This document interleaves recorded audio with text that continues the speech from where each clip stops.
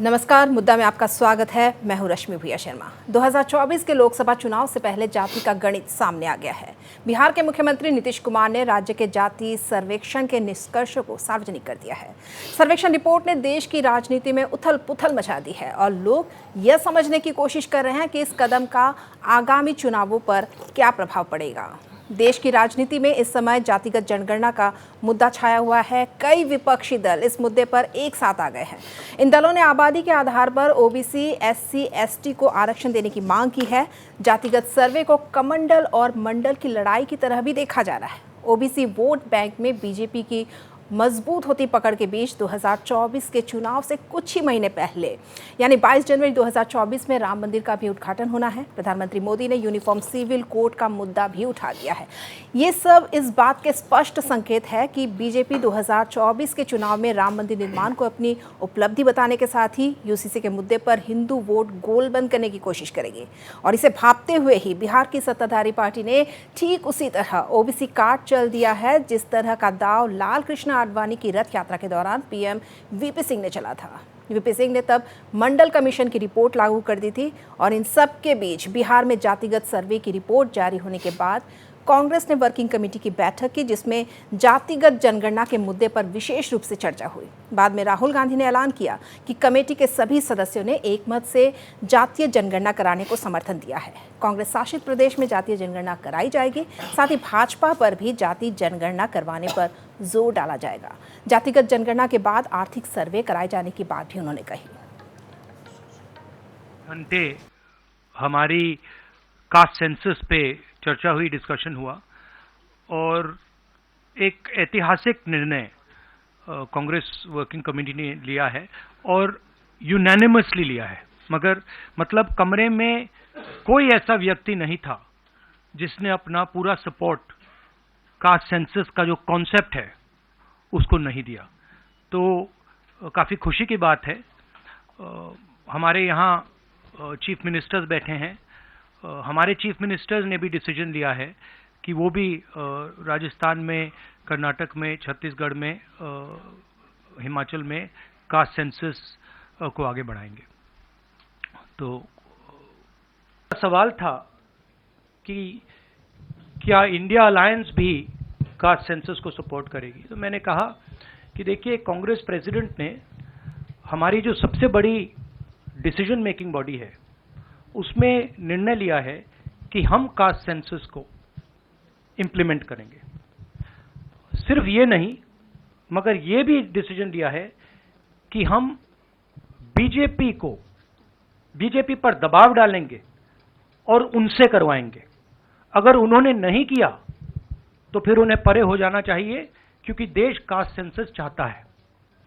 अब जहां तक इंडिया अलायंस की बात है, मैं जानता हूं कि काफी पार्टी इंडिया अलायंस में इस निर्णय का समर्थन करेंगी। एक दो पार्टी हो सकती हैं जिनकी राय थोड़ी अलग हो। हमारे लिए कोई प्रॉब्लम नहीं है, क्योंकि हम कोई फैशिस्ट सिस्टम नहीं है। मगर ज्यादा से ज्यादा पार्टियां इस डिसीजन को पूरी तरीके से सपोर्ट करेंगी। 50, 60, 70, 80% हिंदुस्तान की जो आबादी है उसकी हिस्सेदारी की बात कर रहे हैं और वो हिस्सेदारी देकर ही हम रहेंगे। ये हमने निर्णय ले लिया है। आप देख लेना, जैसे मैंने कोविड के बारे में बोला था, चाइना के बारे में बोला था, अब मैं बोल रहा हूं, कास्ट सेंसस होगा और हिंदुस्तान के गरीबों की जो हिस्सेदारी बनती है वो उनको मिलेगी और वो काम कांग्रेस करके दिखाएगी।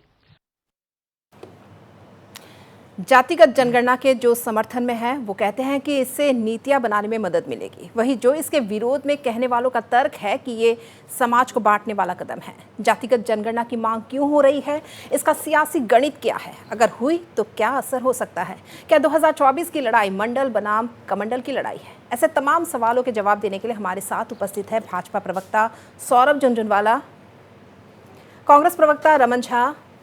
ओबीसी समुदाय क्या राय रखता है, इस पर भी बात करने के लिए विश्लेषक के तौर पर अशोक राय भी हमारे साथ उपस्थित है और इनके अलावा वरिष्ठ पत्रकार रविशंकर रवि भी हमसे जुड़े हुए हैं।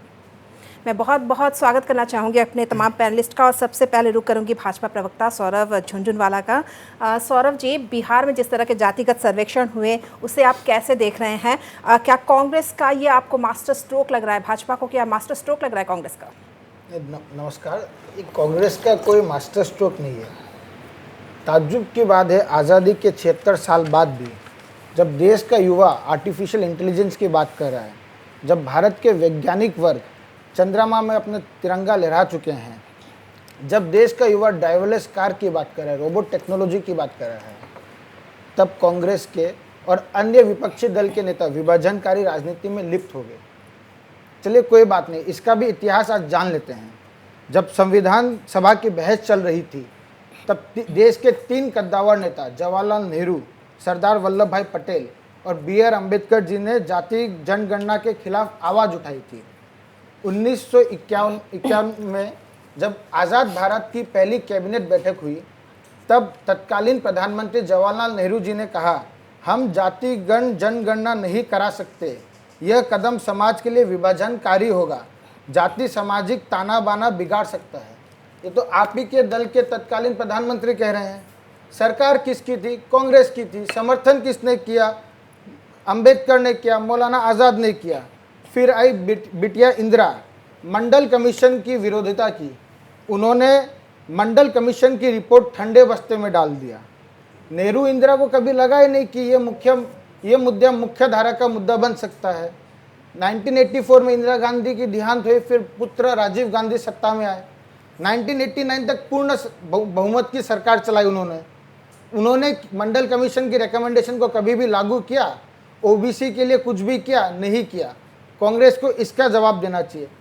1990 6 सितंबर को संसद में तत्कालीन प्रधानमंत्री राजीव गांधी कहते हैं, it is extremely sad that the thinking in this government revolves around the caste. This government माने VP सिंह की सरकार। The goal of the country should be casteless society. इनके प्रधानमंत्री कहते हैं कि कास्टलेस सोसाइटी की ओर जाना चाहिए हमें। और ये अभी जब इनको लग रहा है कि मोदी जी को 2024 में नहीं हरा पाएंगे, तो जातिगण मतगणना की बात करते हैं। फिर बाद में 2015 में आई है कर्नाटक में कांग्रेस की सरकार, इन्होंने कास्ट सेंसस कराया, आज तक रिपोर्ट पब्लिश नहीं हुई। जब उड़ीसा में बीजेडी की सरकार ने कास्ट सेंसस की बात की, तो यही कांग्रेस की सरकार उड़ीसा में जाके विरोध करती है। अरे भाई, ये कैसी हिप्रोक्रेसी है कांग्रेस की, मुझे तो समझ में नहीं आता। रमन झा का मैं रुक कर लेती हूँ। कांग्रेस प्रवक्ता रमन झा जी, आप जातिगत जनगणना का जो ये मामला है, ये ऐसा नहीं है कि पहली बार उठ रहा है, पहले भी इस तरह के मामले उठे हैं। जातिगत जनगणना की मांग पहले भी की गई है, लेकिन UPA और NDA दोनों ही सरकारें कभी गंभीरता से इसे लेती हुई नहीं दिखी। 2011 की अगर हम बात करें तो कांग्रेस ने इसे जो जातिगत जो सर्वे है वो किया, लेकिन सार्वजनिक नहीं किया अपना रिपोर्ट। ये सौरभ झुनझुनवाला भी कह रहे हैं हमें। और लेकिन जो सर्वे कराया भी गया वो सांसदों के दबाव में ही करवाया गया। देखिए, भारत में सबसे पहले आपका जो socio economic and caste census है, ये 1931 में किया गया था, जिसका उद्देश्य था कि समाज में जो वंचित लोग हैं, जिन तक सरकारी जो अनुदान है वो नहीं पहुंच पा रहा है सीधे तौर पे, या शिक्षा का अभाव है, जिनके पास स्वास्थ्य नहीं पहुंच पा रहा है उनके पास, इन सबों को देखते हुए ब्रिटिश काल में ही सबसे पहले इसको स्थापित किया गया था या चालू किया गया था। उसके बाद सन 1941 में भी सेंसस हुआ, जिसे सार्वजनिक नहीं किया गया था। फिर उन्होंने कहा कि नेहरू जी की बात उन्होंने कही है, तो नेहरू जी ने जब 1951 में कास्ट जो सेंसस हुआ था, तो उस समय SC और ST की गणना की गई थी। बाद में कि उस समय OBC या अदर दूसरे कास्टों की जनगणना नहीं की गई थी, सिर्फ SC और ST की गई थी, क्योंकि समाज में उस समय यह देखा गया था कि फेज बाय फेज सबसे निचले स्तर पर SC और ST समाज के लोग थे, तो सबसे पहले उन्हें आगे लेके आना ये प्राथमिकता थी कांग्रेस की, इसलिए कांग्रेस ने ऐसा किया। इसके बाद ये कह रहे हैं कि मंडल या कमीशन या कमंडल, आपने कहा था कि मंडल या कमंडल। देखिए, यह देश में पहले भी कह रहा हूँ कि भारत पे करीबन 200 साल तक ब्रिटिशों ने शासन किया था। समाज के लोगों को तोड़कर समाज के कई वर्गों को उन्होंने वंचित रखा था। कांग्रेस शासन में आने के बाद कांग्रेस ने कई ऐसे अधिकार दिए, ये लोग मना करते हैं BJP वाले, लेकिन कांग्रेस ने कई ऐसे अधिकार दिए जिससे वंचित समाज ऊपर आ सके। आज ये कह रहे थे कि लोग हम चंद्रमा पर पहुंच गए। अरे चंद्रमा पर पहुंचने का भी काम कांग्रेस ने किया था। उन्हीं के दिन में आज इसरो का स्थापना, जो इसरो चंद्रमा पर चंद्रयान और मंगलयान, और आज आपका आदित्य, L1 को जो भेज रहा है सूर्य के नज़दीक तक, इन सभी उपग्रहों को बनाने वाला संस्थान इसरो जवाहरलाल नेहरू की देन है। तो आप इससे ये कांग्रेस पार्टी हर तरफ से देश के विकास, चहुमुखी विकास चाहती है, और आप क्या चाहते हैं? धर्म के नाम पर लोगों को बांटो, हिंदू और मुस्लिम को, हिंदू और मुस्लिम आप करते आ रहे हैं। ठीक है, अरे आप कर दीजिए, हिंदू और मुस्लिम के नाम पर बांटो। अरे जाति के, अगर समाज का पिछड़ा वर्ग, अगर दलित वर्ग अगर पिछड़ा है, नीचे है, तो उसे उठाने में आपको आपत्ति क्या है? आप क्या चाहते हैं? आप कह दीजिए, आप कहिए कि पिछड़ा जो है पिछड़ा रहे, आप चाहते हैं। सुनिए और सुन लीजिए। और सबसे पहले काशीराम जी ने उसके बाद और अन्य दलित वर्गों को आरक्षण मिले। आप बताइए, आपकी सरकार ने मंडल कमीशन का रिपोर्ट क्यों लागू नहीं? हमारे साथ बीपी सिंह जी क्या था? सरकार थी, बीपी सिंह जी के समय हुआ था। अरे हमारे समय मंडल रिपोर्ट नहीं आया था, मंडल कमीशन का रिपोर्ट को लागू किया बीपी सिंह ने। तो जब रिपोर्ट बनी तब लागू करना और उस समय अब हमको एक चीज बताइए, और सुनिए, जिस समय मंडल कमीशन लागू हुआ था उस समय बीजेपी की सरकार के समर्थन से इस पर बहस की सरकार थी जी, रमन झा जी और सौरभ झुनझुनवाला जी, आज आप विरोध क्यों कर रहे हैं? जिस मंडल कमीशन इस पर बहस जारी रहेगी, इस पर उसका आज विरोध क्यों कर रहे हैं? होने दीजिए, बहस जारी रहेगी। मैं पहले पता चले प्रतिक्रिया तो ले समाज लूं में कि समाज के जो वंचित है लोग हैं उन्हें ऊपर अगर वो आ रहा है तो आप भाजपा को क्या दिक्कत है? कहां आपको दिक्कत हो रहा है? क्या आप चाहते हैं कि समाज के ओबीसी वर्ग, एससी एसटी ऊपर ना आए? आज देख रहे हैं कि देश में 90 जो सचिव हैं, केंद्रीय सचिव जो हैं, आईएएस ऑफिसर्स जो इस देश को चला रहे हैं, उसमें कितना ओबीसी समाज का लोग है? 85 ठीक दूसरे वर्ग से हैं। ठीक है, ठीक तो है। क्यों आप नहीं चाहते? आप क्यों पिछड़ों और दलितों के पीछे पड़े हुए हैं? क्यों उन्हें दबा के रखना चाहते हैं? क्या आप यही चाहते हैं कि जो पिछड़ा है, जो दलित है वो दबा रहे और जो उन्नत है उन्नत रहे? हम तो इकोनॉमिक सेंसस भी करवाना चाहते हैं कि समाज के पास कितना पैसा है, ये इकोनॉमिक सेंसस भी हो। काफ़ी सारी बातें हम आगे भी करेंगे, चर्चा तो जारी रहेगी, लेकिन फिलहाल एक ब्रेक ले लेते हैं। उसके बाद मैं सीधा रुख करूंगी अशोक राय जी का, जो अपना पक्ष रखेंगे।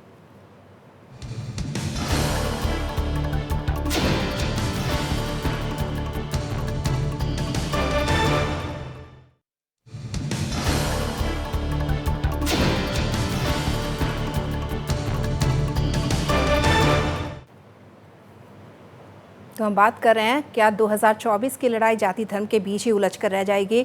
जातिगत सर्वे हुए बिहार में और उसके बाद तमाम जो है रिएक्शंस आने लगे हैं।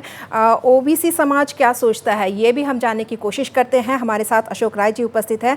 जातिगत जनगणना अगर होती है तो ओबीसी समाज के लिए आप क्या समझते हैं, कितना फ़ायदेमंद होगा? क्योंकि अब तक जितनी भी जातिगत गणना की गई है उसमें ओबीसी को शामिल नहीं किया गया।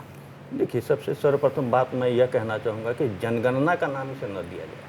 जनगणना करने का अधिकार 1948 के एक्ट के अनुसार सिर्फ केंद्र सरकार को। अब बिहार सरकार ने जो करवाई है वो सर्वेक्षण करवाई है, परंतु यह एक मास्टर स्ट्रोक कहा जाए तो कोई अतिशयोक्ति नहीं होगी, क्योंकि हिंदी हृदय प्रदेश जो भी है वो जातिगत आधार पर ही ज़्यादातर चुनाव लड़ी जाती है।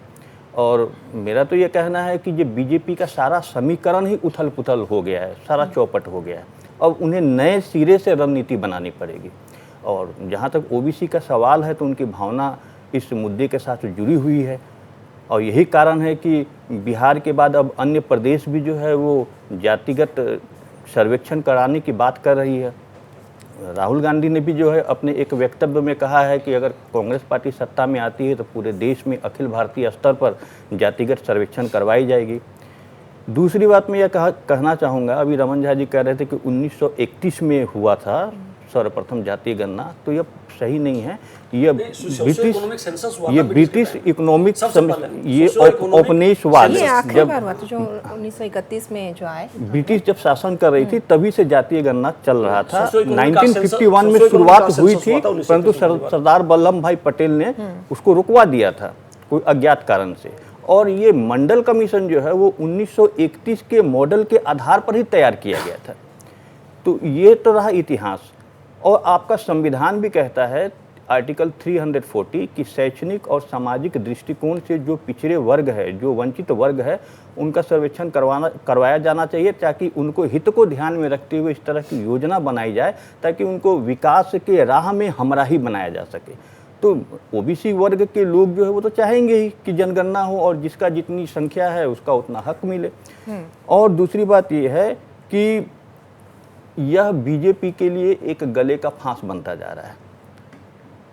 ऐसा मैं इसलिए कह रहा हूं कि 2014 में 34% ओबीसी वर्ग ने बीजेपी के समर्थन में वोट किया था और 2019 में यह बढ़कर हो गया था 44%, 44%।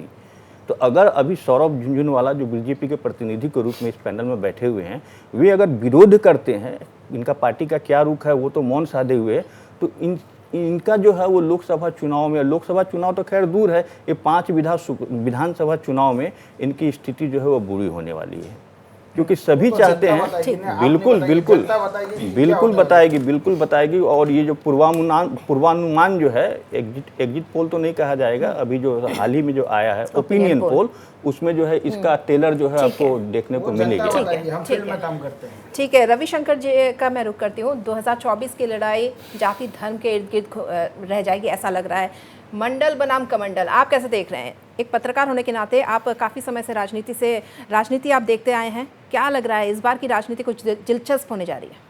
देखिए, एक बार फिर से पहले क्या इतिहास था और क्या था उसके पीछे मैं नहीं जाऊंगा। इसका अभी जो ये कास्ट सेंसस आया है और इसके पीछे की जो राजनीतिक रणनीति है वो क्या है, मैं उस पर सीधा बात करना चाहूँगा कि निश्चित रूप से जब मंडल कमीशन लागू हुआ था और उसके बाद क्षेत्रीय दलों का जिस ढंग से रुझान बढ़ा था और उनका दबदबा बढ़ा था, बल्कि हिंदी पट्टी राज्यों की अगर बात करें तो उनका वर्चस्व स्थापित हो गया था, जिसकी काट भारतीय जनता पार्टी ने, जिसको कमंडल बोलचाल के शब्दों में कहा जाता है, वो राम जन्मभूमि आंदोलन जो शुरू हुआ और उसके काट के रूप में, और जब हिंदुत्व का नारा ज़्यादा मजबूत हुआ और हिंदुत्व की भावना ज़्यादा फैली, तो वो जो एक रीजनल जो एक कास्ट सेंटिमेंट था वो डाइवर्ट हो गया हिंदुइज्म के सवाल पर। और ये सारी जो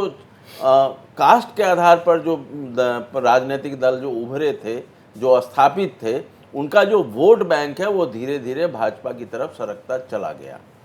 तो अब वही आप देखिए कहाँ से कौन लोग शुरू कर रहे हैं, और वहाँ पर नीतीश कुमार हैं, लालू यादव हैं, और वो कहीं ना कहीं उनको, चूंकि भारतीय जनता पार्टी हिंदुत्व के आधार पर हिंदू मतदाताओं को एकजुट करना चाहती है और उनका एकजुट वोट पाना चाहती है, उसको तोड़ने के लिए यह जरूरी है कि आप उनको जातियों में बांटें और बताएं कि किस जाति को कितना हक मिला है। निश्चित रूप से आज जो पूरे देश की आबादी है उसमें ओबीसी का परसेंटेज सबसे ज़्यादा है। सिर्फ हिंदी पट्टी ही नहीं, साउथ में भी अगर आप बात करेंगे तो वहाँ पर भी जो दलित हैं और ब्राह्मण और ये सारे जो आंदोलन चल रहे हैं, उसका असर राष्ट्रीय राजनीति पर पड़ना शुरू हो चुका है। भारतीय जनता पार्टी को शुरुआती दौर में ये समझ में नहीं आ रहा था कि यह जो एक नया रणनीति आई है विपक्ष की तरफ से, इसको कैसे काटा जाए। इसीलिए आपको याद होगा कि शुरुआती दौर में प्रधानमंत्री ने 2-3 सभाओं में कहा कि ये हिंदुओं को विभाजित करने की साजिश है, ये मुसलमानों के साथ अन्याय होगा, इससे समाज बटेगा।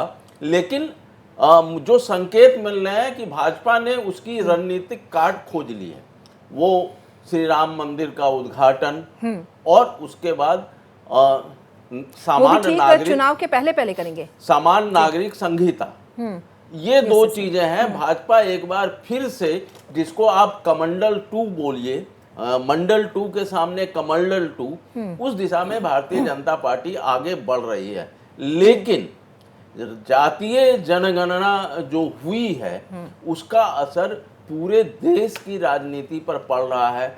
अभी देखिए असम में भी सांसद गौरव गोगोई का मैं एक बयान देख रहा था, वो कह रहे थे कि असम में भी कास्ट सेंसस होना चाहिए। अब बंगाल की भी बात हो रही है, वहां पर भी कास्ट सेंसस की बात, और ममता बनर्जी इसका समर्थन कर रही हैं। तो कहीं ना कहीं, हालांकि मैं व्यक्तिगत रूप से ये जातीय आधार पर पहचान का व्यक्तिगत रूप से विरोधी भी रहा हूं, लेकिन क्योंकि जयप्रकाश नारायण ने बिहार आंदोलन के दौरान एक नारा दिया था, संपूर्ण क्रांति आंदोलन के दौरान, कि लगुन तोड़ो जाति छोड़ो। और उसके बाद बिहार में आज नीतीश कुमार अपनी जाति नहीं लिखते हैं, क्योंकि उनके ऊपर जयप्रकाश नारायण के आंदोलन का प्रभाव था। मैं जो रविशंकर रवि लिखता हूं इसलिए कि मैं बिहार आंदोलन से प्रभावित था, इसलिए मैं अपने जाति बोधक उपाधि को इस्तेमाल नहीं करता हूँ, लेकिन विडंबना यह देखिए, कारण चाहे जो भी हो, कि जो लोग जयप्रकाश नारायण की राजनीति से निकले बाहर, उस स्कूल से निकले बाहर, जो जिस जयप्रकाश नारायण ने धर्म और जाति के खिलाफ आंदोलन चलाया था, और उससे प्रभावित लोग आज जातीय जो अभियान है या जातीय जो गणित है उसका नेतृत्व कर रहे हैं। जी ठीक है रविशंकर जी। रमन झा जी, जातिगत जो सर्वे है उसके आंकड़े तो आपने जारी कर दिए, लेकिन क्या लगता है क्या जातियों का साथ आपको मिलेगा? क्योंकि अगर हम खासकर पिछड़ा जाति या अन्य पिछड़ा वर्ग जो है, क्या साथ मिलेगा? क्योंकि अगर हम 2011 का अगर पिछला रिकॉर्ड देखें तो उस वक्त यूपीए ने जातिगत सर्वे की घोषणा कर दी, ऐलान कर दिया। उसके बाद मध्य प्रदेश हार गए, छत्तीसगढ़ हार गए, राजस्थान हार गए और यहाँ तक कि लोकसभा चुनाव भी हार गए। देखिए, जातीय जनगणना जो अभी हो रहा है ये इसलिए हो रहा है कि समाज के जो वंचित लोग हैं उन्हें आगे लाया जाए। जो समाज में जिनके पास आज भी आज़ादी के 70 साल बाद भी हम उन्हें ऊपर तक नहीं ला पाए हैं, या जो भी कारण कर लीजिए उसके आज ही पिछड़े हुए हैं, चाहे वो शिक्षा का क्षेत्र हो या आर्थिक क्षेत्र हो या और अन्य क्षेत्र ले लीजिए। तो हम चुनाव अलग अलग मुद्दा है, वोट क्या मिलेगा नहीं मिलेगा वो अलग चीज़ है, लेकिन समाज के लोगों को आगे लाना, समाज के हर वर्ग के लोग आगे आए। आज भी हम भले ही हिंदू को एकत्रित करने की बात हो रही हो, लेकिन आज भी हिंदू तुम्हें यह है कि कई मंदिरों में दलितों को प्रवेश करने नहीं दिया जाता। लेकिन रमन झा जी, जैसे अब समाज के पिछड़े वर्गों को, जैसे ओबीसी को अगर आप आगे ला रहे हैं और ओबीसी की आबादी बहुत ज़्यादा है, ऐसे में कहीं ना कहीं एससी एसटी जो पहले से आरक्षण पर बैठे हैं वो पिछड़ते जा रहे हैं। ये जनगणना सिर्फ ओबीसी के लिए नहीं हो रहा है, यहाँ इसमें एससी एसटी अपर कास्ट की भी जनगणना हो रही है। सारे समाज के जितने भी वर्ग हैं, जितने भी जाति है, सबका गणना हो रहा है। किसी एक कम्युनिटी का, आप ओबीसी का लीजिए, ओबीसी तो हम लोगों ने एक नाम दिया है, ओबीसी में कई जातियां हैं, जिन जातियों का मतलब कई सारी जातियां हैं, जिसलिए हम सबको मिला के ओबीसी कर रहे हैं। इसमें जब जातीय जनगणना हो रहा है तो हर जाति का व्यक्तिगत जनगणना हो रहा है, हर जाति का।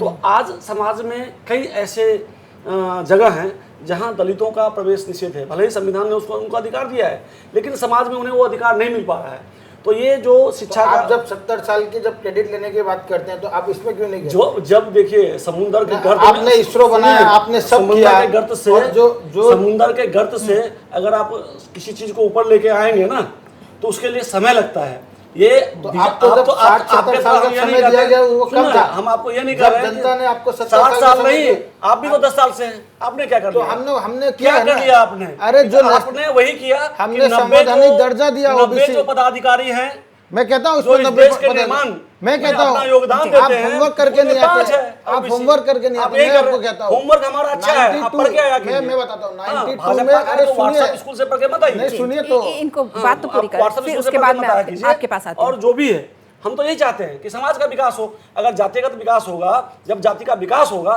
तो अपने आप ये सामाजिक जो बंधन है वो टूटेगा, सामाजिक बंधन टूटेगा। आज देखिए, आपको हमको कहने में ये अलग लग रहा है, लेकिन जब राजनीति में भी जब आरक्षण आया तो कई सारे लोग एससी एसटी ओबीसी समाज के लोग सांसद विधायक बन के आए। तो उन लोगों ने जब अपने जाति का, अपने समाज के लिए जो भी काम किया हो, उनको भी जो करना चाहिए था परिपूर्ण नहीं हो पाया है, लेकिन जो भी काम किया हो उससे कई जगह जो सामाजिक जो अंतर है ना, जो एक आज रवि जी भी बैठे हैं, आप लोग हमारे झुंझुनू वाला भी हैं, आप भी हैं, अशोक जी भी हैं, सबको मानना पड़ेगा कि आज से 20 साल पहले या आज से 50 साल पहले जो जातीय अंतर था, आज के समय में वो जातीय अंतर कमा है। और इसे और कम करने के लिए जातियों का विकास जरूरी है, और इसे ये शिक्षा से होगा, ये उनका सामाजिक स्तर को बढ़ाने से होगा। और इसको बढ़ाने में अगर ये जातीय जनगणना होता है, इसलिए हो रहा है कि किस समाज के कितने लोग हैं। अगर सिर्फ ओबीसी समाज के नाम पे या एससी समाज के नाम पे या एसटी समाज के नाम पे ही हम कोई योजना बनाते हैं तो हर जाति तक वो पहुंच रहा है कि नहीं पहुंच रहा है, जिस जाति की जितनी जनसंख्या है उन तक पहुंच रहा है कि नहीं पहुंच रहा है। कहीं ऐसा तो नहीं है कि कुछ ही जाति के लोग इसे उपयोग कर रहे हैं और अन्य जाति के लोग वंचित हो रहे हैं। इसलिए जातीय जनगणना जरूरी है कि हर समाज के तक। पिछले 10 साल पे जातीय जनगणना होता है या होता है, 10 साल पहले इस जाति के लोग इतने प्रतिशत शिक्षित थे, इतने प्रतिशत लोगों का सामाजिक स्तर ऊंचा था, और आज भी अगर वो वही है तो स्वाभाविक है वो समाज का उन्नति नहीं हो रहा है। ये सबके लिए जातीय जनगणना चाहिए कि हर 10 साल पर हम उसका ऑब्जर्व फिर से कर सके, ऑब्जर्वेशन कर सके, उसका हम आकलन कर सके कि क्या हो रहा है समाज में, सामाजिक जो दायित्व है सरकार का वो सही लोगों तक पहुंच रहा है कि नहीं पहुंच रहा है। तो इसके लिए भी जातीय जनगणना चाहिए, लेकिन बीजेपी ये नहीं चाहती। वो चाहती है कि चाइना की तरह लोग आपसी, मैंने चाइना में जिस तरह से एक लेबर क्लास और कॉर्पोरेट क्लास है, ठीक है, ये आप ठीक है, रमन झा जी। ये देश के राजनीति को, लोकतंत्र को, ये देश के लोकतंत्र को वहीं ले जा रहे हैं कि लोग रोजी रोटी और धर्म के नाम पे लोगों को इतना शिक्षा ना मिले, आपके पास में आती हूँ जी, लोगों का रमन पेट ना झा भरे, जी, महंगाई हो, ठीक है। खाली पेट में लोग सोच ना पाए कि वोट किसे देना है, क्योंकि अगर लोग सोचने लगे वोट किसे देना है, ठीक है, आपका जवाब मैं ले बांट रहे हैं, इनको जी, तो वो ठीक है। 200 आ जाएंगे, इसलिए नहीं चाहते रमन झा जी, कि मैं धर्म के नाम रिएक्शन उनका भी ले लूंगी, जातीय सौरभ जनगणना झुनझुनवाला का भी, लेकिन पहले एक ब्रेक पे चलते हैं।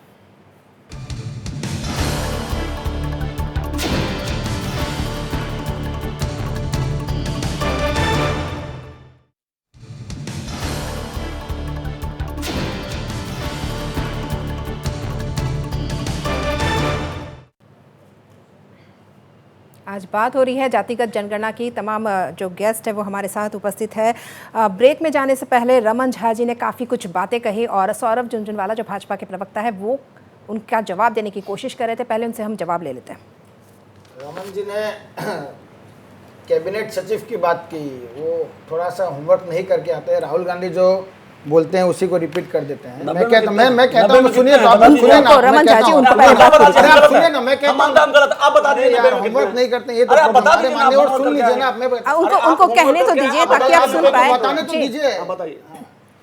1992 में सुप्रीम कोर्ट ने ऑर्डर पास किया कि ऑल इंडिया सर्विसेज में ओबीसी के लिए आरक्षण होगा। ये ऑर्डर लागू हुआ 95-96 में, और आज के जो कैबिनेट सचिव है वो 92 बैच के हैं।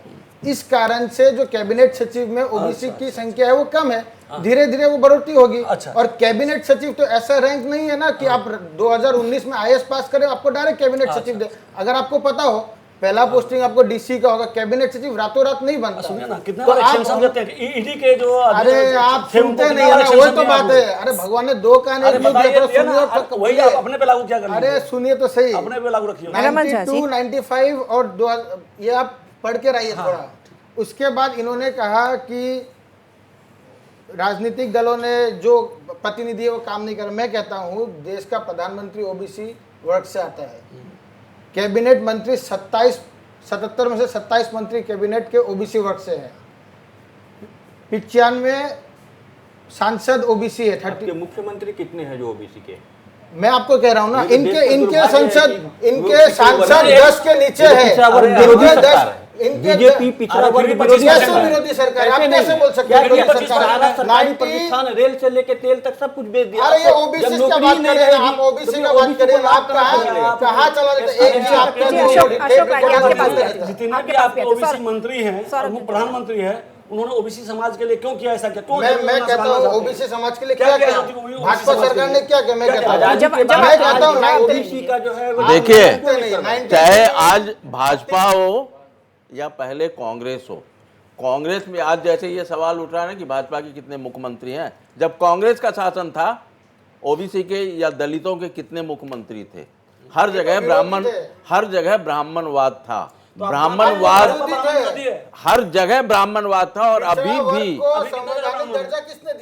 भी भाजपा में भाजपा अब वो जो प्रभाव है वो कांग्रेस का प्रभाव। चाहते हैं कि भाजपा ब्राह्मण विरोधी है? नहीं, आप मुझे छोड़िए। सिर्फ ओबीसी पिछड़ा वर्ग आयोग है, उसको संवैधानिक दर्जा किसने दिया?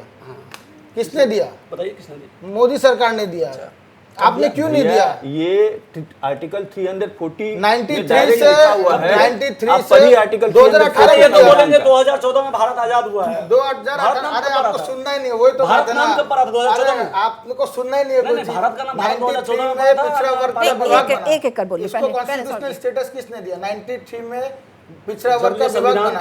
संविधान में ही दलितों को अपना अधिकार मिला। तो आपने क्यों नहीं दिया? आपने क्यों नहीं दिया? किसने लिखा था? 93 में विभाग बना। आपने 10 साल राज किया, तभी भी आपने नहीं दिया। आपने नहीं दिया, क्यों नहीं दिया? इसका कोई सवाल नहीं है। बस गोल गोल गोल गोल घुमाना है, जनता को गुमराह करना। इनको पता है 24 में, इनको पता है 24 में वो अधिकार नहीं हरा पाएंगे। इनको पता है 24 में वो अधिकार नहीं हरा पाएंगे। भारत के पिछड़ा वर्ग आयोग पहले भी और मैं कहता हूं, संविधान के अनुसार हुआ है। मोदी जी के पिछले भाषण पे जाइएगा, संविधान के अनुसार कहा था कि बिल्कुल, और उनका काम है कि सरकार को सिफारिश पेश करना और सरकारी ये सरकार ने क्यों सिफारिशों को नहीं किया? मानती है। अगर आप कहते हैं संविधान के थ्रू हुआ तो इनकी सरकार ने क्यों किया? अब तो आपकी नियति और नीति के ऊपर निर्भर करता है कि आप अरे, कितना तो सचेत इनकी हैं नहीं थी, कि समाज के अंतिम पायदान पर खड़े लोगों को कितना लाभ पहुंचाना चाहते हैं। आरोप प्रत्यारोप तो है ही। जी। जब मंडल कमीशन लागू हुआ था उस समय वीपी सिंह की सरकार को भाजपा समर्थन कर रही थी, तो आप अभी आप क्यों विरोध कर रहे हैं जातिगत जनगणना? तो हम तो सबका साथ, सबका विकास आप क्यों करना विरोध चाहते कर रहे हैं। हैं? आप जाति के नाम पे देश आज को क्यों बांटना विरोध कर चाहते रहे हैं। हैं? आप क्योंकि उसके जाति बाद के आपने नाम पे देखा कि देश को मंडल से बांटना काम नहीं चाहते हुआ हैं। तो आप कमंडल पकड़ लिए। आप जाति के नाम पे देश को अरे बांटना भैया चाहते हैं। सुनिए, आपके आप पास कमंडल कोई पकड़ मुद्दा लिए। नहीं है, आपके पास अब कोई कमंडल मुद्दा रवि जी ने कहा नहीं। आप कमंडल जब टूल आ रहे देखें हैं। कि मोदी जी की जो राष्ट्रीय प्रथम नीति है उसका विरोध नहीं कर सकते हैं तो जाति कार्ड खेलने कौन सी की आप राष्ट्रीय कोशिश नीति करें। है? जाति तो कार्ड चाइना खेलने की जमीन आप- हड़प ले, जाति कार्ड खेलने का आप कोशिश पाकिस्तान करें। बॉर्डर पर दिल्ली सिपाही शहीद हो। चाइना के साथ तो राहुल गांधी हाथ मिलाते अच्छा, हैं। और झूला कौन आप लोग झूला था? करते हैं। झूला कौन बैठक झूला आप था? लोग करते ठीक हैं। है, झूला ठीक कौन है। झूला चाइना के था? साथ सौरभ बैठक जी। आप लोग करते अरे हैं। झूला कौन सौरभ झूला जी था? और- बैठक आप लोग करते हैं चाइना के रमन झूला साथ। कौन ठीक झूला है। था? और आज तो आप लोग ने लाल ठीक है, कहाँ गया? मैं ये डिबेट तो आगे बढ़ा लूं। लाल आंख कहाँ गया? यही देशभक्ति है कि पाकिस्तान सीमा पे जवान आज भी शहीद हो रहे हैं। हाँ, मुंबई और चुप है। अटैक हुआ, मुंबई में अटैक अरे हुआ। आपके निंदा सरकार ने निंदा क्या नहीं किया? करते हैं। ये मुंबई कहीं अटैक और को जा रहा सरकार ने है। क्या किया? ये दिशा रश्मि भटक जी, रही मैं है। चाहता हूं कि जिन मुद्दों पर बातचीत हो रही है, चूंकि हमारे रीडर, हमारे जो दर्शक हैं वो उन मुद्दों पर वो कुछ चीज़ों को कहीं ना समझकर अपनी राय बनाना चाहते हैं और विद्वान बिल्कुल। पैनलिस्ट यहाँ पर हैं तो उनकी बातचीत से उनको राय बनाने में भी सुविधा होती सुविधा है। होगी, मीडिया क्योंकि का ये ये एक उनसे बड़ा जुड़ा हुआ काम मुद्दा हुआ है। तो देखिए, जी। कांग्रेस भी पहले बहुत हद तक जातिगत जनगणना के खिलाफ थी। इस बात को राहुल गांधी ने एक बयान में स्वीकार किया है कि पहले हमने भूल की है लेकिन अब हम ऐसा चाहते हैं। पहले भूल हो चुकी है। राहुल गांधी ने ऑन रिकॉर्ड एयर पर यह बात कही है कि हमसे भूल हुई है लेकिन हम भूल को सुधारना चाहते हैं। और देखिए, आज के समय में भारतीय जनता पार्टी से मुकाबला करने के लिए आप हिंदुत्व या सॉफ्ट कट उग्र हिंदुत्व के सामने आपने सॉफ्ट हिंदुत्व होने की कोशिश की कांग्रेस ने। ये अचानक मंदिर में जाना और दूसरे धार्मिक स्थलों पर भी जाते हैं, वो किया, लेकिन उन्हें लगा कि उससे काम नहीं चलेगा। तो यह कांग्रेस और राहुल गांधी ने जिस ढंग से इस मुद्दे को पकड़ा है, उन्हें यह बात समझ में आ गई है कि ये जाति वाला जो मुद्दा है, ये जो कास्ट कार्ड है, ये चलकर हम भाजपा की जो हिंदुत्व की जो राजनीति है उसका हम काट कर सकते हैं। और बहुत एग्रेसिव होकर उन्होंने इस मुद्दे को उठाया है क्योंकि उन्हें ये समझ में आ गया है कि यही एक मुद्दा है जिसके आधार पर हम भाजपा को काउंटर कर सकते हैं और खास करके प्रधानमंत्री नरेंद्र मोदी का काउंटर कर सकते हैं। तो इसलिए पूरी कांग्रेस पार्टी ने इस पर, अभी आप बिहार के, अभी वहाँ मध्य प्रदेश या राजस्थान में हालांकि अभी तुरंत इसका प्रभाव नहीं पड़ेगा क्योंकि ये क्या हुआ है बिहार में, यह बात सीधे गांव के लोगों तक जाने में थोड़ा समय लगेगा। तुरंत कास्ट वाले सेंसस का असर राजस्थान की राजनीति पर नहीं पड़ने वाला है, लेकिन यूपी पर इसका असर पड़ेगा क्योंकि अभी यूपी में चुनाव और 2024 का लोकसभा चुनाव आने में अभी कुछ देरी है। कहीं ना कहीं विधानसभा चुनाव में इसके जो कुछ ना कुछ परिणाम तो देखने को मिलेंगे, कुछ प्रभाव दिखेगा, लेकिन अभी कोई ड्रास्टिक इसका मध्य प्रदेश में दिखेगा, मध्य प्रदेश में, छत्तीसगढ़ में दिखेगा, लेकिन राजस्थान में अभी तुरंत ये चीजें कास्ट वाला प्रभाव बहुत ज्यादा अभी वहां दिखेगा नहीं। हालांकि कांग्रेस के तमाम नेताओं ने इस मुद्दे को ही पकड़ लिया है और इसलिए एक बार तो कांग्रेस ने भाजपा को बैकफुट पर भेजा है। अब भाजपा नई रणनीति लेकर आ रही है कि हम इसको कैसे काटेंगे और किस तरह से हम समाज को अपने साथ में, क्योंकि भाजपा का बहुत बड़ा vote bank OBC vote bank है और अगर उसमें से 10% भी वोट बैंक कम हो गया तो भारतीय जनता पार्टी के लिए दिक्कत हो जाएगी लोकसभा मध्य प्रदेश चुनाव की में। अगर हम बात करें तो वहाँ पे तो ओबीसी जो है काफी ज्यादा संख्या है वहाँ पर, और तो मध्य प्रदेश में कुछ काफी असर मध्य प्रदेश में इसका असर पड़ेगा, पड़ा भी है। और दुर्भाग्य से भाजपा के कुछ नेताओं ने ऐसे ऐसे कांड कर दिए हैं तो उसका असर भी आदिवासियों पर पड़ेगा। बाद में मुख्यमंत्री ने भले ही उनके चरण छुए और चरण का पान किया, लेकिन ऐसे कांग्रेस में भी कुछ ऐसे नेता हैं, ठीक चुनाव के समय रविशंकर में जी। कुछ ऐसी हरकत कर देंगे कि पूरी पार्टी को डिफेंस में आ जाना पड़ता है। मैं अशोक राय जी का रुख करती हूँ। बिहार की अगर हम बात करें, जिस तरह के सर्वेक्षण किए गए जातिगत को लेकर, अति पिछड़ा वर्ग यानी जो ईबीसी है और जो अन्य पिछड़ा वर्ग है ओबीसी है, कुल मिलाकर आबादी बताई गई है 63 यानी 63% बताई गई है। और जिस तरह के प्रयोग बिहार में हुए हैं, क्या लगता है आपको, क्या इस तरह के प्रयोग अन्य राज्यों में भी होने चाहिए? बिल्कुल होना चाहिए। और ये अभी जो जातीय आंकड़ा निकल के आया है उसमें आप देखिएगा कि यादवों की संख्या ज़्यादा दिखाई गई है, मुस्लिमों की संख्या ज़्यादा दिखाई गई। तो यादव और मुस्लिम जो है वो राजद के, राष्ट्रीय जनता दल के बल्क वोटर है। तो उन लोग का एक माने मनोवैज्ञानिक प्रभाव पड़ना जो है वो लाजमी है। दूसरी बात यहाँ पे मैं यह कहना चाहूँगा कि जब कोई भी राजनीतिक दल विपक्ष में होती है तो वो जातीय जनगणना की बात उठाती है, परंतु जैसे ही सत्ता में आती है तो उनको तकनीकी समस्या हो बिल्कुल, जाती ये है। ट्रेंड तो हम पहले भी देख रहे हैं। हाँ, जैसे कि मैं अभी अरे चर्चा हो ही रही थी, सुशील मोदी ने ऑन रिकॉर्ड कहा है बिहार में प्रेस कॉन्फ्रेंस करके कि जब यह प्रस्ताव आ रहा था उसके पहले जब भाजपा सरकार में शामिल थी उसने इस प्रस्ताव का समर्थन किया था। सुशील मोदी ने ऑन रिकॉर्ड ये बात कही है, क्योंकि बिहार में भाजपा नेताओं को इस मामले में वो बहुत ज्यादा उलझना नहीं चाह रहे हैं। 2001 आज तक जो है वो ओबीसी का आज़ादी के बाद जो है वो सर्वेक्षण नहीं हुई। पहला बार जो है बिहार स्टेट करवाई। इससे पहले कर्नाटक में हुई थी, परंतु कोई तकनीकी सार्वजनिक नहीं हुआ था। सार्वजनिक नहीं किया गया था। सन 2011 में जब मनमोहन सिंह प्रधानमंत्री थे तो ये पूरे देश में जो है जातीय सर्वेक्षण करवाया गया था, परंतु दबाव हो या अन्य कोई कारण हो इसका आंकड़ा जो है वो सार्वजनिक नहीं किया गया। तो ये 2011 कहीं ना कहीं ऐसा तो नहीं लगता है कि ये जब अगर रिपोर्ट अगर राजनीति से जुड़ा हुआ तो नहीं लगता, क्योंकि अगर ये रिपोर्ट वो तो आ जाती है आरजेडी और सपा ने कह दिया था कि हम समर्थन वापस ले लेंगे।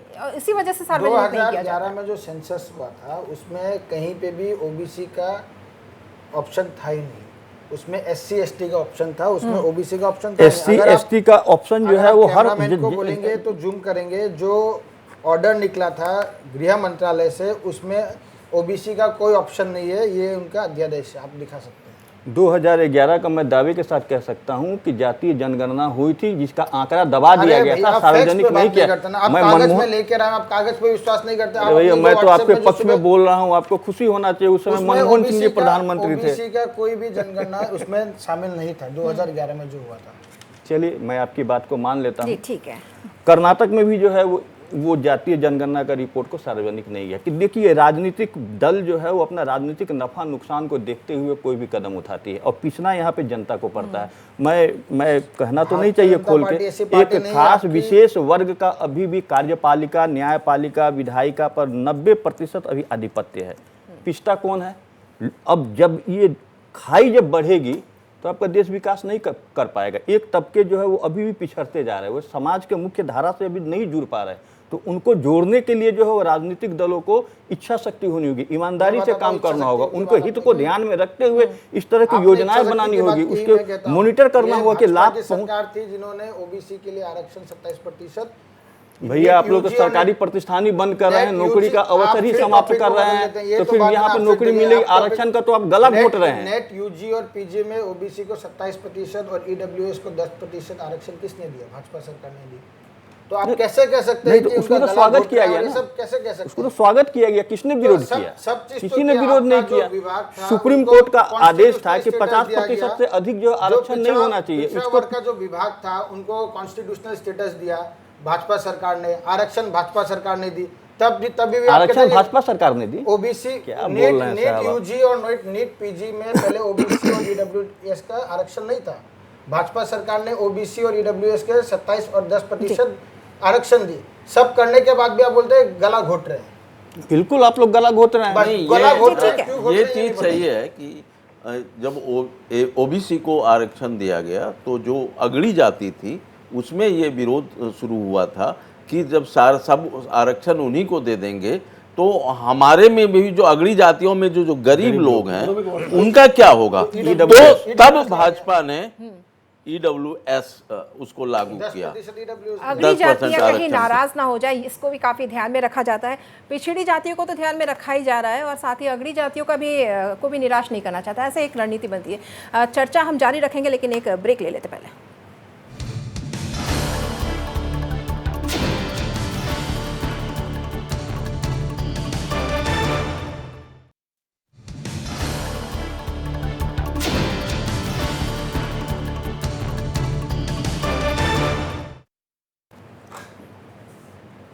जातिगत जनगणना और उसके प्रभाव की बात हो रही है, किस तरह का असर पड़ेगा उस पर हम बात कर रहे हैं। रमन झा जी का मैं रुख कर लेती हूँ।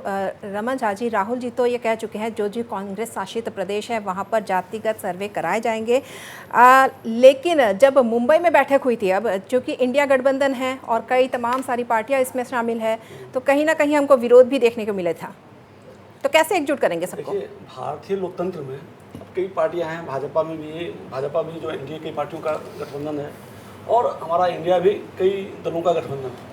तो स्वाभाविक है कहीं ना कहीं से इसके कुछ लोगों का आपत्ति भी होगा, विरोध भी होगा, लेकिन हम चाहेंगे कि सर्वसम्मति से यह लागू हो। और अगर भारत में अगर जातीय जनगणना होता तो आपत्ति किसको है? अभी हमारे भाजपा का पता था, उन्होंने कहा कि हमने नीट के यूजी में पीजी में 10% आरक्षण दिया, यहाँ दिया, तो अब फिर जब आप आरक्षण 27% आरक्षण दिया है तो आपको फिर ये जातीय जनगणना कराने में क्या आपत्ति है? दरअसल क्या है, हम तो काम कर रहे हैं ना, आप तो सिर्फ आप मुझे बताइए कर्नाटका में कांग्रेस अरे आप मुझे बताइए कर्नाटका में कांग्रेस की सरकार थी 2015 में जब जातीय जनगणना हुई, उसका रिपोर्ट पब्लिक कर दीजिए। आप कर्नाटका में जो जातीय जनगणना, कर्नाटका में कांग्रेस की जब सरकार थी, कांग्रेस की सरकार, आप जातीय जनगणना क्यों नहीं करते? पब्लिक आप एक ही जगह पब्लिक नहीं करते हैं, खुद जो करते हैं उसको पब्लिक नहीं करते। एक ही जगह से इतना बौखला गए हैं, दूसरे जगह आ जाएगा तो आपको तो घबराहट में आप मुझे ये उत्तर दे दीजिए। सुनिए ना, भाजपा ने जो मकड़ा का जो जाल बनाया था, उस मकड़े के जाल में भाजपा खुद फंस गई है।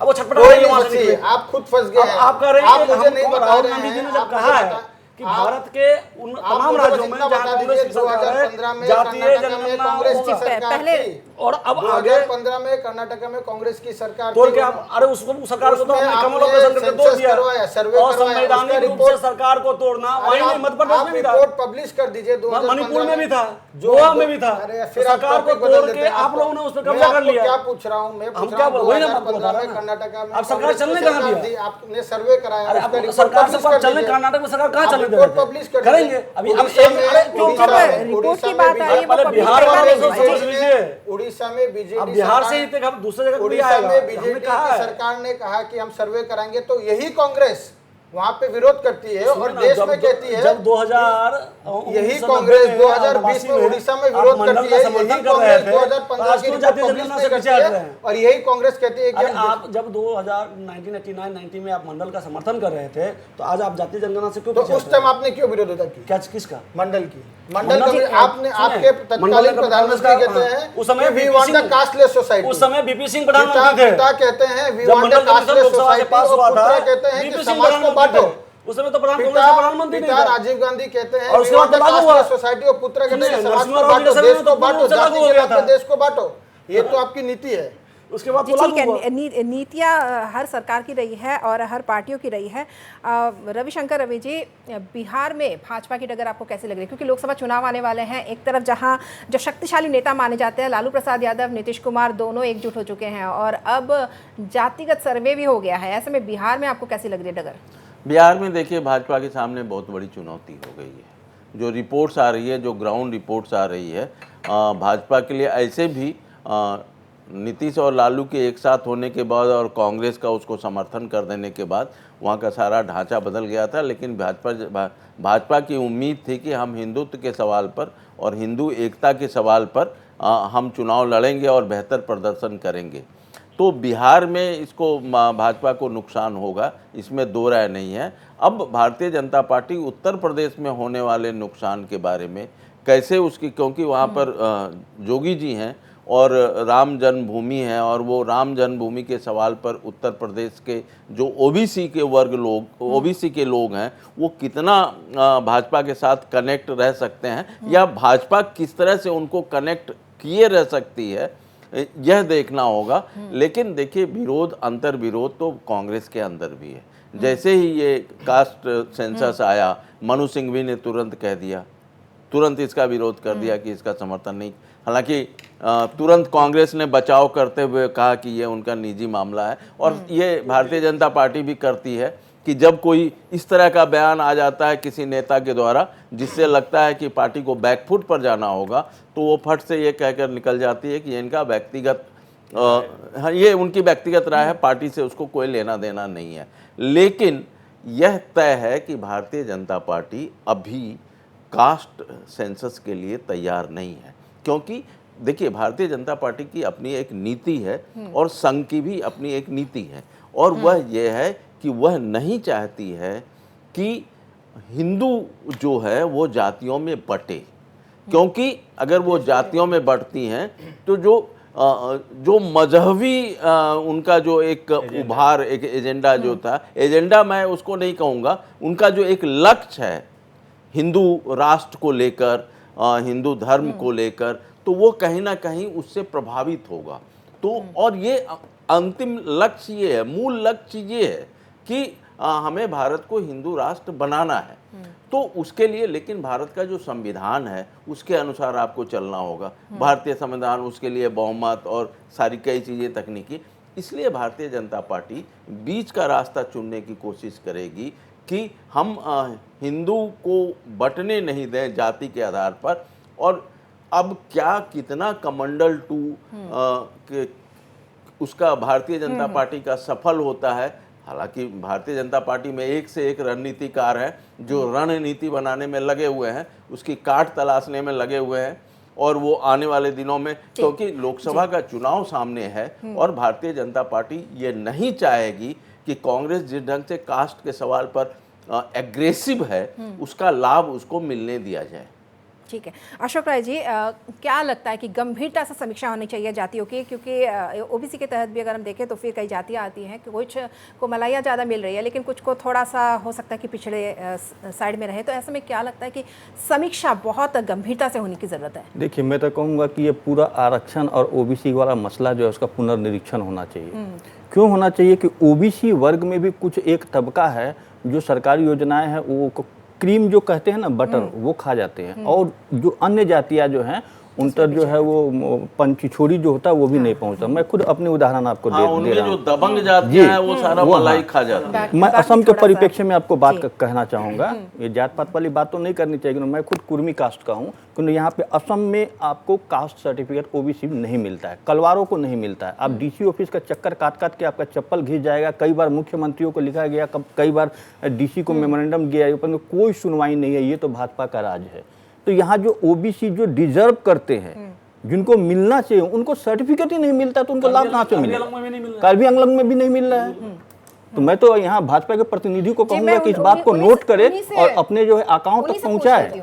जी हाँ, पूछ लेती हूँ सौरभ जी। इन्होंने कहा कि ओबीसी, आप प्रस्ताव दीजिए अगर कुछ भी है भैया, मेमोरेंडम दिए, हम लोग क्या कर रास्ता पे धरना प्रदर्शन करें? सेंट्रल की एक अलग लिस्ट रहती है, स्टेट की अलग, वो सभी जानते हैं। नहीं, पहले मिलता था कार्बी आंगलंग में, ये 4 साल से रुका गया है, 5 साल से। मैं बताता हूँ, सेंट्रल की अलग लिस्ट रहती है, स्टेट की अलग लिस्ट रहती है, इसलिए ओबीसी में थोड़ा सा प्रॉब्लम आती है। तो आप सरकार को, मुख्यमंत्री को प्रस्ताव दीजिए, मुख्यमंत्री 100% इंस्पेक्शन, अलग अलग लिस्ट रहती है। नहीं, मुख्यमंत्री को मैं क्लियर कर दूं, इस सामने जो इन्होंने सवाल उठा दिया कि मेमोरेंडम दिया जा चुका है और मुख्यमंत्री ने जो इस विभाग के जो मंत्री हैं पीयूष हजारिका जी, उनका निर्देश भी दिया गया है कि आप इस मामले में पूरी रपट और ड्राफ्ट बनाकर हमको दीजिए। जैसे अभी मेघालय के राज्यपाल के हस्तक्षेप के बाद नूनिया जाति को ओबीसी का प्रमाण पत्र मिलने लगा।